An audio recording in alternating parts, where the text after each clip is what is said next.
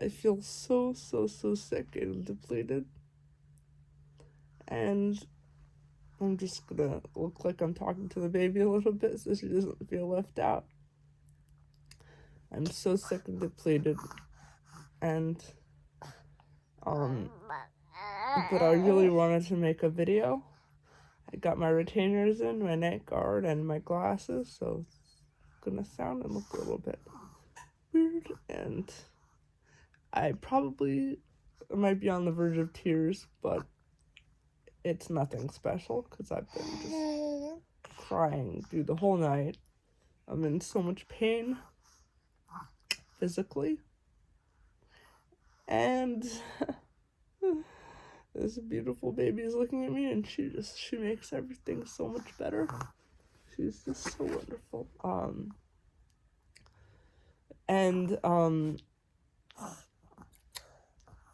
Yeah, I'm just at a place where I'm realizing that I am physically, emotionally, mentally not capable of doing a lot of things that I thought I was. You know, I guess I'm at a place in life where I'm learning that I bit off a little more than I can chew, or maybe I could chew it, it's just that I'm gonna chew it looking like this, you know, weak and depleted, and it's just, I keep getting sick after sick, and the stuff, the problems, the health problems are like dominoing. I also grew something on my back, on my spine, that really hurts. It's like this abscess. And I'm putting antibiotic on that. And I don't know if it's working, but they said if it doesn't go away, bless you. I should, they have to surgically take it out. I don't think it's a big deal. I think they just have to drain it. But, you know, that's just one example of like many things that have just been popping up.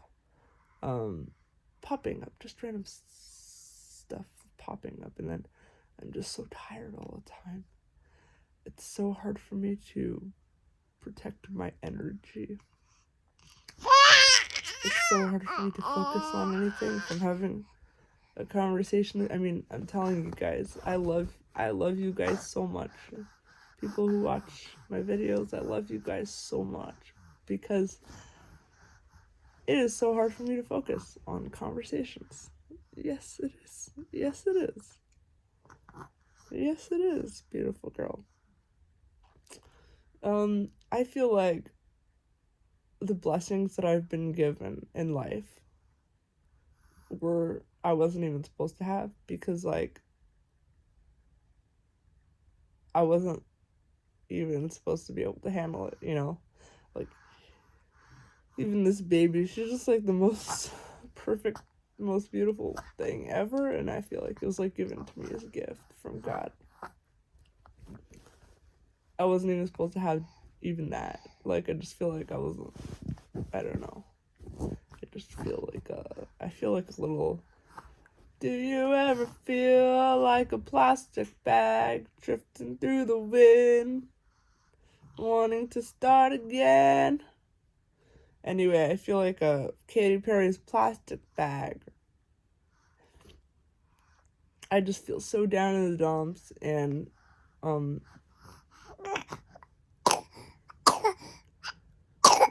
that's not me, that's her. She's coughing.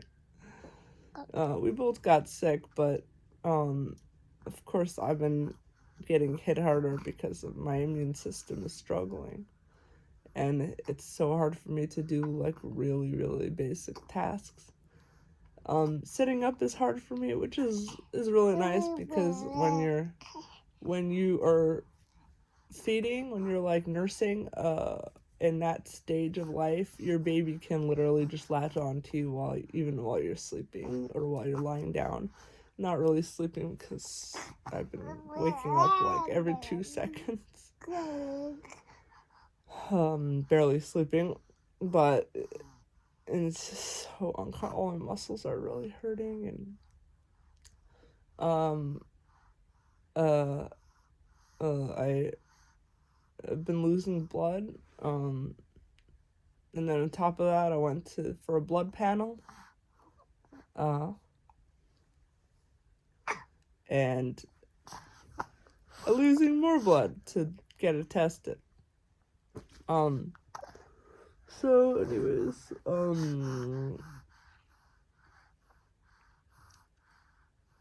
but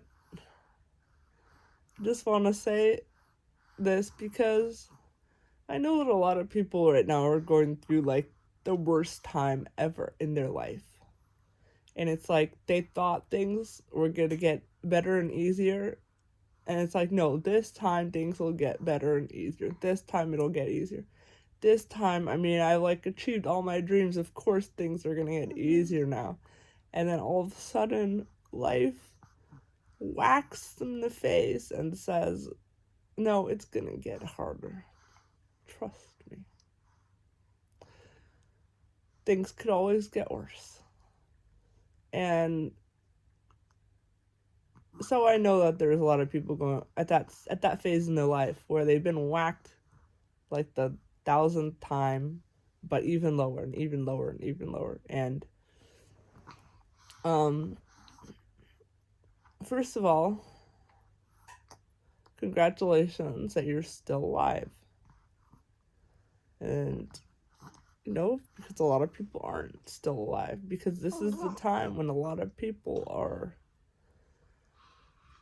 they're just going nuts.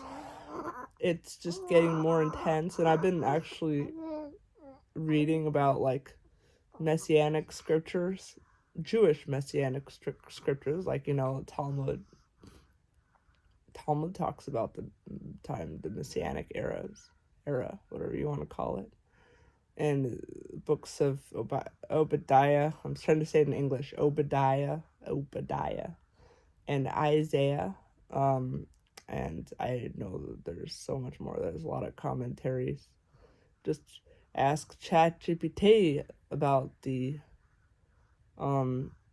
about what's out there in the Jewish scriptures about the Messianic era, and what they have to say is very interesting. It sounds, what they prophesized back then about the Messianic era sounds exactly like the era that we're in right now.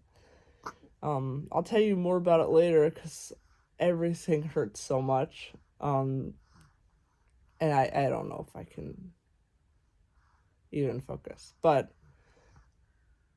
this is the time. We're in that time right now. What they prophesized is what they consider, and every religion has their version of it.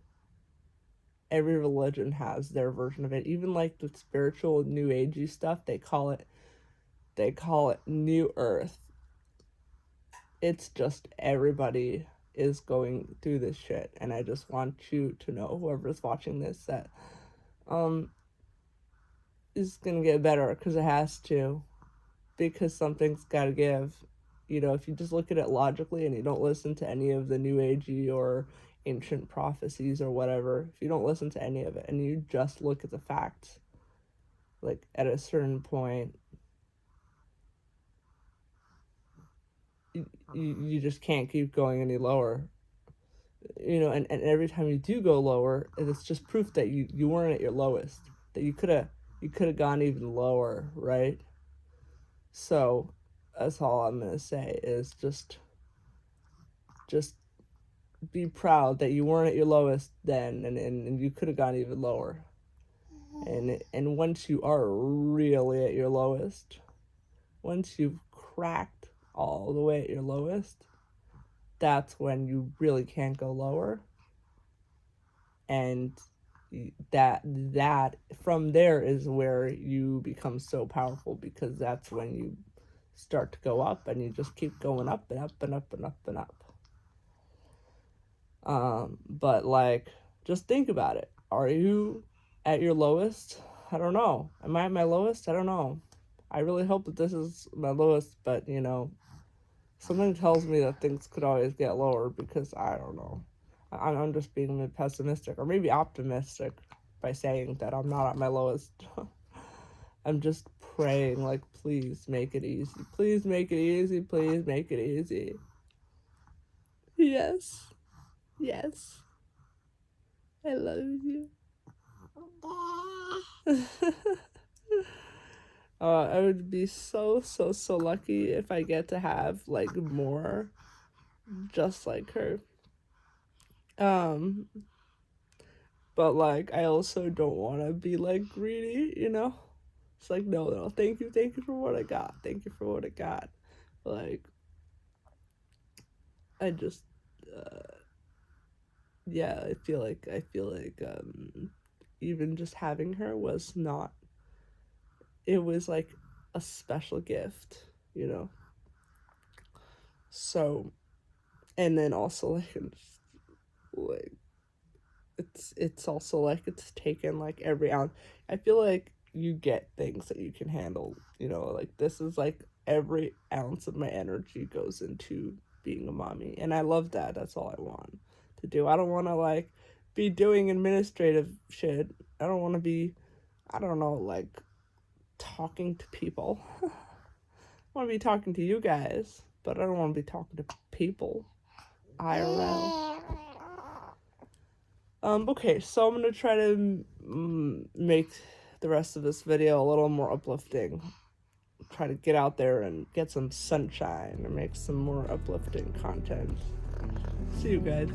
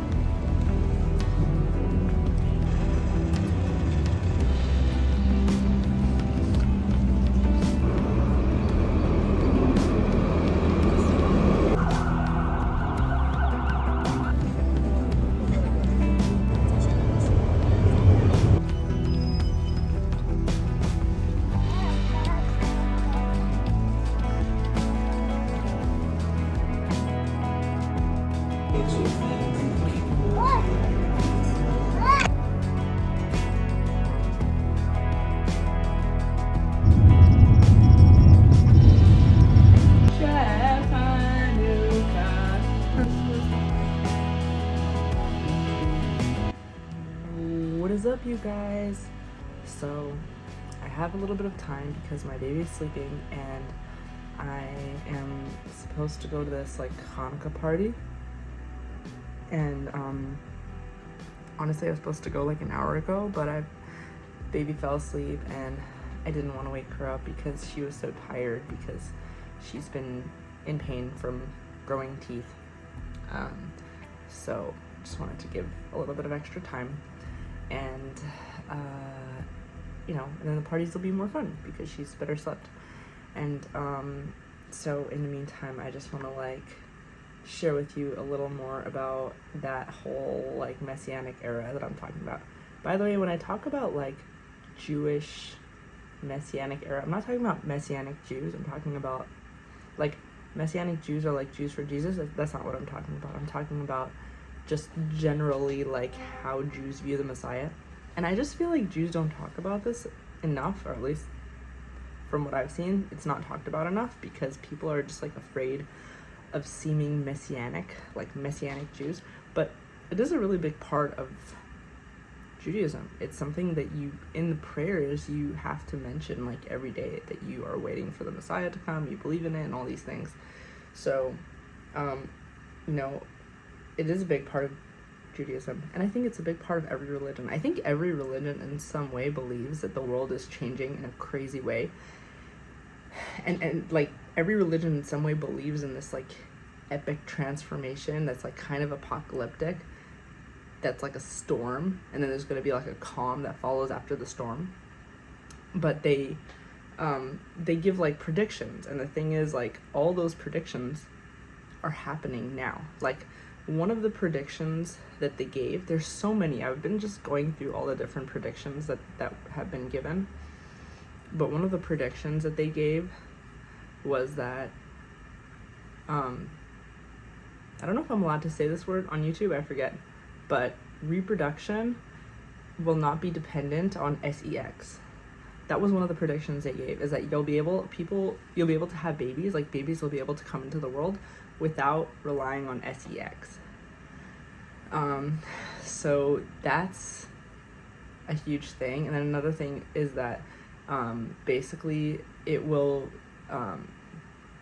like relationships will fall apart, men and women will fall apart, like basically women will not need men in the same ways that they used to. They'll definitely still need men, like male and female need each other, always, but the way that women need men, and that men protect women, is going to shift so dramatically that a lot of women will basically end up just trying to build societies on their own and just have babies on their own. And you see this by like a lot of women deliberately becoming single moms, and a lot of men are like going to be lost and not be able to know what their purpose is for a while, because they'll just instinctively feel not needed. So basically there's going to be like a period of time when a lot of women are going to be continuing humanity alone, essentially, because in the past the only reason a woman would have chosen a man was based on survival, because she needed a man to survive, or she was being forced to be with a man. So in this era, basically, in this restructuring that happens, that force is going to go away.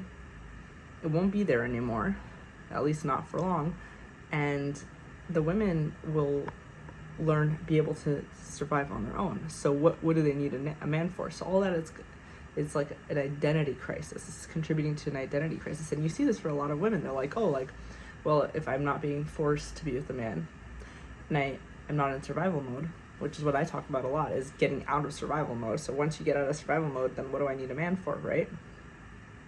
So that kind of forces you to, like, you end up in an identity crisis as a woman. And the men also are going through an identity crisis. If I'm not dominating a woman, I'm not forcing a woman to respect me, I'm not forcing a woman to like me, and I'm not the only one providing for her like she can provide for herself, then what is the point of me? And so this identity crisis basically like causes a lot of volatility, or maybe not that that the volatility already happened. Now it's basically causing like an adjustment to happen, where like people are being forced to like discover life without the force, without the domination, without the and it's not only happening in the male and female polarities. You know, the sages say that this is going to happen in every aspect of life. In jobs, you won't need a job to make money.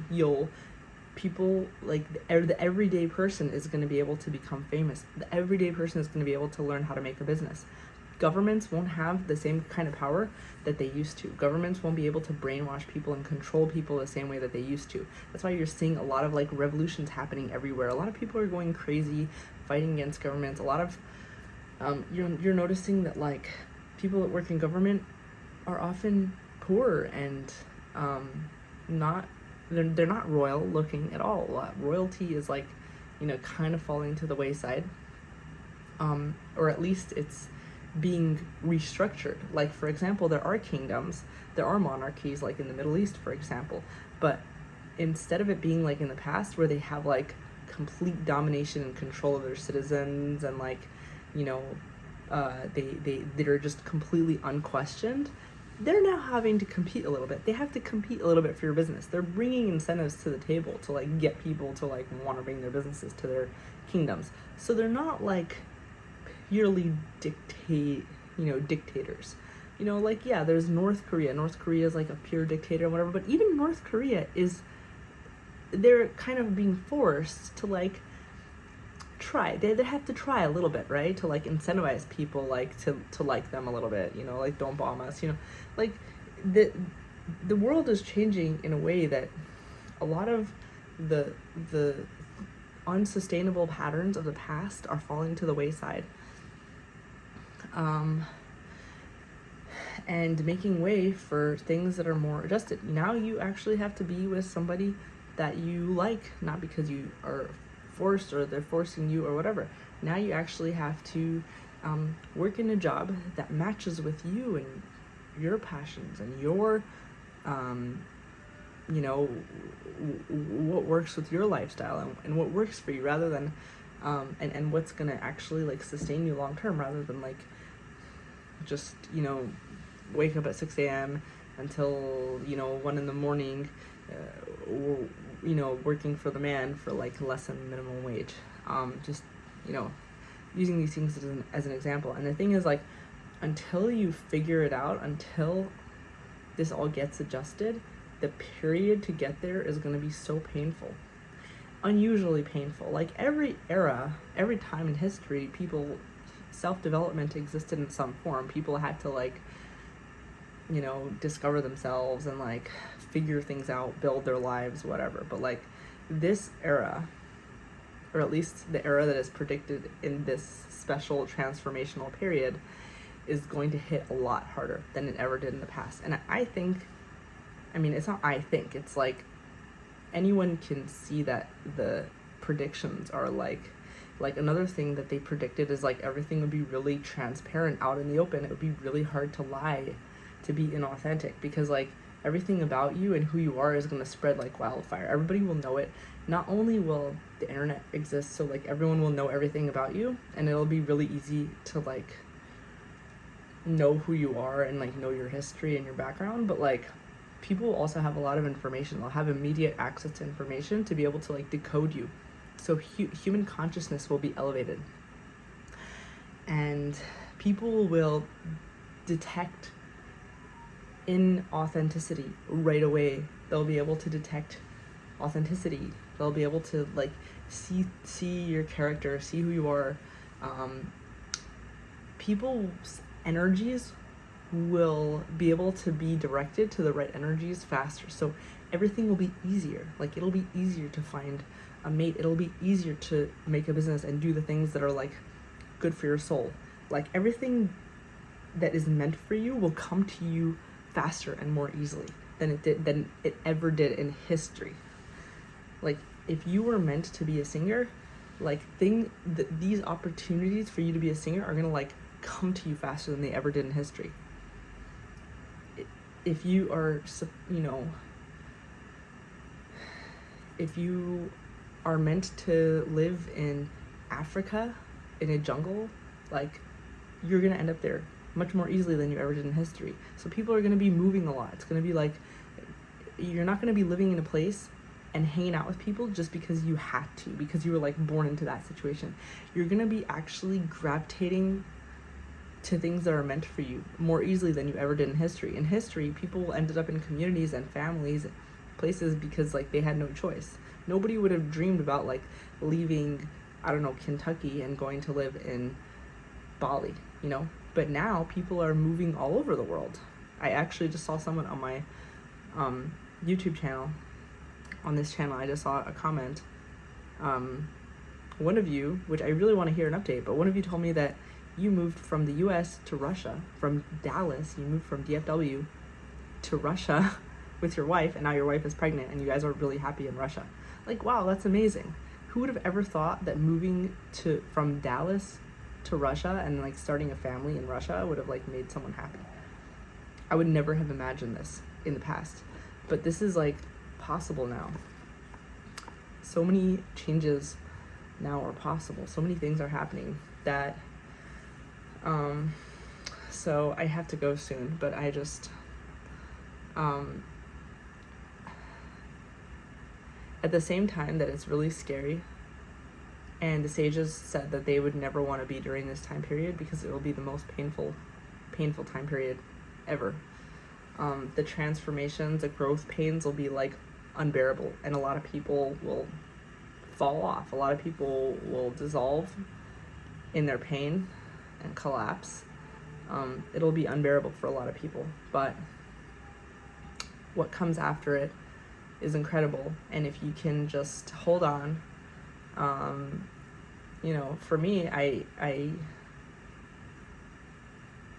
just always wanted to have kids. You know, maybe my kids will be able to experience this, you know, the calm after the storm. And if I can like do the best I could, maybe they'll be able to experience the calm after the storm. If I can like do the best I could to weather the storm while it's here, then, you know, that's the way I see it. But yeah, like I think I'm not trying to speak from like any specific religion. Like, I'm Jewish, I grew up Jewish. That's kind of like what has shaped my worldview, but I just think that all the religions have some variation of this, and just because a person says they don't believe in God doesn't mean that, to me, it doesn't believe that they don't believe in God, because it's like, if you believed in God, then would God suddenly not exist if someone didn't believe in God? Like, would God not be operating in their life, and would everything that they're relating to not be God then?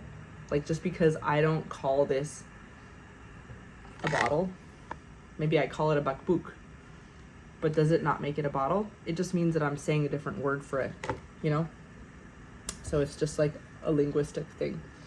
So I really think that everyone believes in this in some level. And the final thing that I want to say is, like, my baby's crying, so I'm going to tell you what the final thing is. Another thing that I've realized, and this is another thing that the sages said would be a big theme in this era, is that everybody around the world will come to know God. It will be glaringly obvious. So this is like, you know, religious texts and whatever. So you might say, well, I'm not religious, I'm not Jewish, I'm not Christian, I'm not Muslim, whatever. How does this relate to me? So the way they say is, everyone in the world will come to know God by necessity. And also, it really resonates with me, because it's not that they'll come to know God in a religious sense. It's that every single person in the world will come to a point where they realize that because everything is so volatile, another thing the sages said is, like, even the weather will be shifting. There will be extreme climate change. Everything will be volatile. The soil won't be the same as it was before. Like, everything, the ground where you walk feels like it's like giving out from underneath you. Nothing feels the same as it was. Everything is changing. So when you're in this state of everything is changing, even yourself, you're changing, and your body is changing. People are going through extreme health issues. Nothing feels safe. No economic system feels safe. And you should read my book, House Hackers Anonymous. It's all about this, is trying to find things to feel safe in this world that is, like, less safe than it's ever felt. In the sense of stability, like less stable. It's just not stable. When you get to this point where literally nothing tangible feels safe, you realize that you have to find safety internally. You have to, and that's by believing that you're safe. When you don't feel safe, when nothing tangible is telling you that you're safe. I'm sorry about the noise. But that's what it is. And I'm seeing it in my own personal life because I've been trying to find safety in everything, in money, in survival, in health, routines, in lifestyle, in myself, in the way I look, in relationships, in every single thing I'm trying to find safety. And I have come to the conclusion personally that unless I believe beyond what I see tangibly, unless I can believe beyond what is real, and that's having faith, is believing beyond what is real to you, beyond what you've already experienced. Unless I can believe in something beyond myself and my paradigm and my world, that there is safety beyond this, I'm never going to reach it. So I'm seeing in my own personal life, as someone who hasn't been religious for the past 10 years, and I still don't consider myself religious. I'm still not religious. Like, I still do whatever I want and don't do the religious stuff. I mean, I just do it performatively to be around people I love and family, friends, community. You know what I mean? But it's not like I don't feel religious, like I'm doing it for the religion at all. Because but believing in God, on the other hand, and having like faith in the unknown is something that I have come to realize that this is what they're talking about. This is what the sages were talking about. They're saying that everyone in the world will come to know God out of necessity because everybody in the world will go through an inner transformation where they realize that literally nothing is safe. And unless I decide to believe in safety beyond what I physically have experienced in a tangible way or within my scope of reality, unless I'm willing to accept a safe reality beyond what I have experienced or what I know, I'm never going to feel safe. So basically that's where the conclusion that I've come to. And it's really hard. It's really, really hard to practice faith. Especially if you're someone who has lived in survival mode your whole life. I lived in survival mode my whole life. And there are like parts of the day when I'm literally like just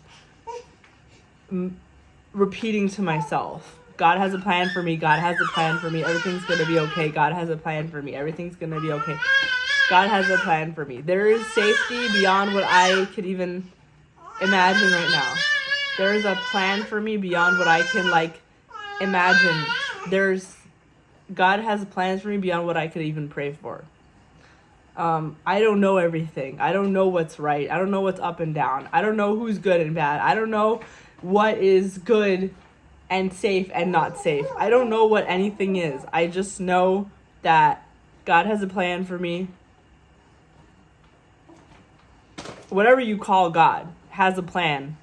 And I have faith in what I don't know. I have faith in what I don't know. That'll make me safe. I'm like emotional because also I'm sleep deprived because baby's been teething. So last night she hasn't slept and so I didn't sleep. And not only that, like this lump in my back has gotten bigger and so it's like impossible to like be on my back. So I need to and they won't take it out because they don't know what it is, so they want to do an ultrasound first. I mean, whatever it is, it'll be super simple. It's just a lump. They just have to take it out. Whatever it is, they just have to take out that lump. But since it's on the spine, they don't want to, they want to like know what it is first. So tomorrow I'll do the ultrasound. I'll find out what it is.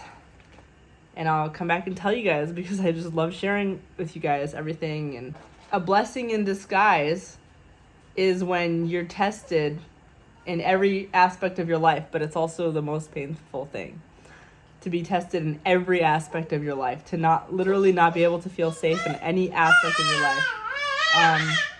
But imagine the enlightenment you come out of on the other side once you have had that, and you're basically ahead of all of humanity once that happens, because everybody's gonna go through it. It doesn't matter who you are. Everyone's gonna go through it. unless their parents went through it for them. So yeah, hopefully your children and great-grandchildren and grandchildren won't have to experience it. She got a gift and she's playing with it, but she's not happy because she's got growing the teeth. Anyway, love you guys so much. See you. Goodbye.